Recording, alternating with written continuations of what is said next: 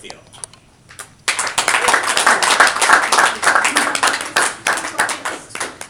Who do I give this to? Norm, right? Norm. You've got the first one, I've got the second. No. Tamil. No, you're first. Norm. Norm. Norm? Okay? Thank you. That's number 2. Yep. Okay.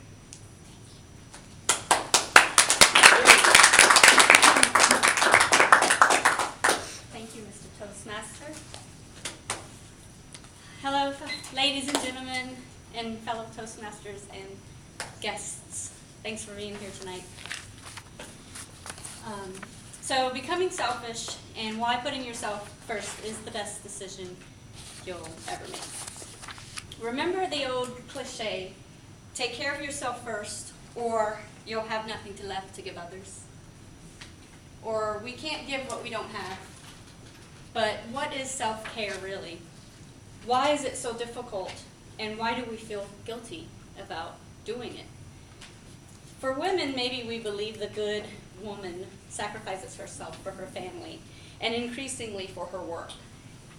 Nationally syndicated columnist and life coach Harriet Cole says, in terms of our relationships, women often feel they're responsible for everything, which is not a complete misperception. We are the ones who usually lead the way, but somehow we get from there to the idea that the world won't work if we don't help it along.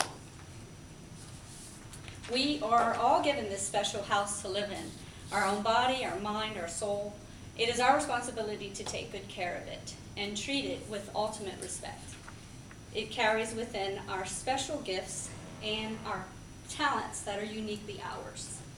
Self-care is about seeking, nurturing internal validation. It is finding the sweet child within and giving him or her soothing comfort, reassurance, and warm, loving thoughts and wishes. It's about taking care of the internal emotional side of our being and learning self-compassion. When we are taking care and putting ourselves first, everything in our lives benefits. It's self-love. And loving yourself means caring for yourself deeply, making your sleep, nutrition, and well-being a priority. It can be anything from making your gym time non-negotiable or canceling the late-night plans so you can get enough sleep, to just shutting off the computer or not checking your cell phone after a certain hour. It's about listening to your body and giving it what it needs to feel best. I certainly slip away from time to time, but when I hit a certain state of overwhelm and anxiety, I take a breather, a long hot shower, a time of good meditation, and remind myself of these 5 things. Number 1, your job can wait, and it needs to. You're a much better worker, creative thinker, and faster executor when you take care of yourself, which means the project that will take your frazzled, overwhelmed mind for hours will take your well-rested mind too. So the project that will take your frazzled, overwhelmed mind 4 hours will actually take your clear mind too. It's always worth it to get adequate sleep. Make your me time a priority and show up to whatever task you have at hand and that day as your best self. Your boss will thank you and your career will bloom much faster if you don't burn yourself out. Your health depends on it, number 2. Seriously, this is a pretty obvious one. Have you ever noticed that after a crazy, stressful week of pulling long hours at work and feeling overwhelmed, that you finally get to the weekend and you wake up sick and don't leave the bed? If you don't put yourself first, your body will certainly kick in and force you to. Stress and lack of sleep weakens your body's immune system and leaves you more vulnerable for all sorts of nasty illness. Why even risk it? Number 3, your romantic relationships will flourish. Whether you're in a relationship or you're looking for one, I guarantee your partner will feel more enamored with you and more fulfilled in the relationship when you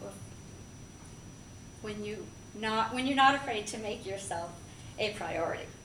First, by taking the necessary time for yourself, you're giving your partner the freedom to take that time for him or herself. Everybody wins. Everybody's happy. Second, when you're well rested, relaxed, and centered, you're much more fun to be around. And it's okay if your partner misses you for a night because you need a night out with the guys, or you need to go to a yoga session, or if you need a bubble bath. The version of you they get afterward is 10 times the partner your stressed out self would be, right? Number 4, your friends and family will also benefit. You think your friends and family don't realize when they're talking to you and you're half asleep or mentally distracted? Well, think again. These people know you best and they love you most. They would much rather have you happy, healthy, and clear-headed when they see you. Yes, even if that's a little less often, because you needed to take some time to yourself. You'll be a better listener and more enjoyable to hang around, because you will be able to be truly present with them. And number 5, most importantly, you'll start smiling more. When you're at your happiest, you're your most helpful to the world. We should all strive to be our happiest and do those things that make us happy every day. Don't feel guilty about it. You're able to show up for others when you start showing up for yourself first. So don't be afraid to clear your schedule and for a restorative yoga class, take a walk in the park on your lunch hour, or get yourself a massage. Don't be afraid to love you. After all, you're pretty fabulous. Ask your inner child what he or she needs and listen to that every day. This is really your intuitive side thinking. It's talking to you. Allow the feelings to be okay. And when you make mistakes, talk to your inner child and calm him or her, while you also reassure. Tell the child it's okay and you will help make it better. When he or she tells you that they are hungry, tired, hurt, sad, or lonely, listen, care, and do something to help that little one within. No one can do this for you. As we learn to better self-care, we become better people in general, and when we are in touch with our own feelings, we reach out more effectively to others and show love and empathy to them also. If we're filling our own emotional tanks with self-respect and loving care, we have much more to give our families, friends, and the world in general. New Year's is around the corner. If you're thinking about resolutions, make sure they include great care taking for you.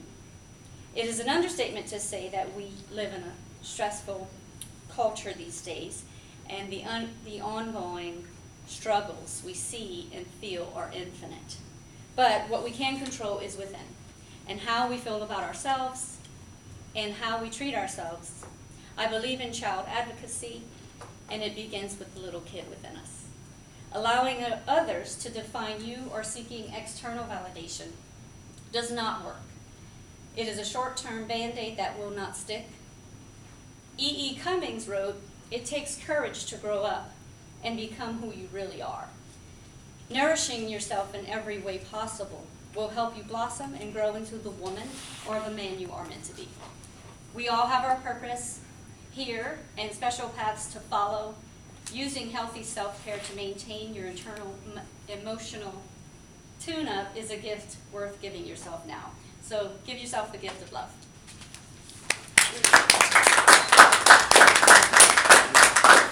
Thank you, Tanya. Very good speech. Excellent. Let's take 1 minute and using the forms that you have at your places, provide Tanya with some feedback. Doing some last minute editing. No, I'm just trying to. Time if you will give me 1 minute on the law, turn the red light on. Marking it out so I can remember.